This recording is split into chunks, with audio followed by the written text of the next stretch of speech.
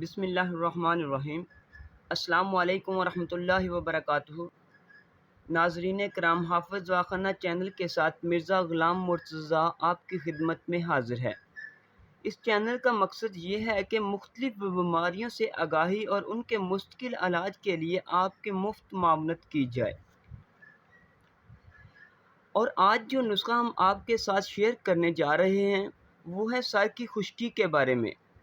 ناظرین، سر میں اگر خشکی ہو تو اس کی وجہ سے چہرے میں مہاسے نکلنے شروع ہو جاتے ہیں اور بالوں کی جڑیں بھی کمزور ہو جاتی ہیں۔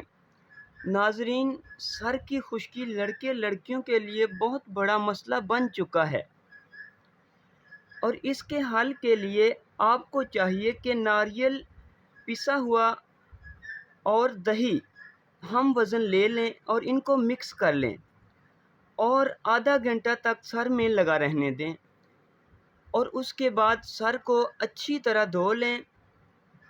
یہ عمل ہفتے میں 2 سے 3 بار کیا جائے تو خشکی سے مکمل نجات مل سکتی ہے۔ اگر آپ کو یہ ویڈیو اچھی لگے تو اسے شیئر اور لائک کر دیں۔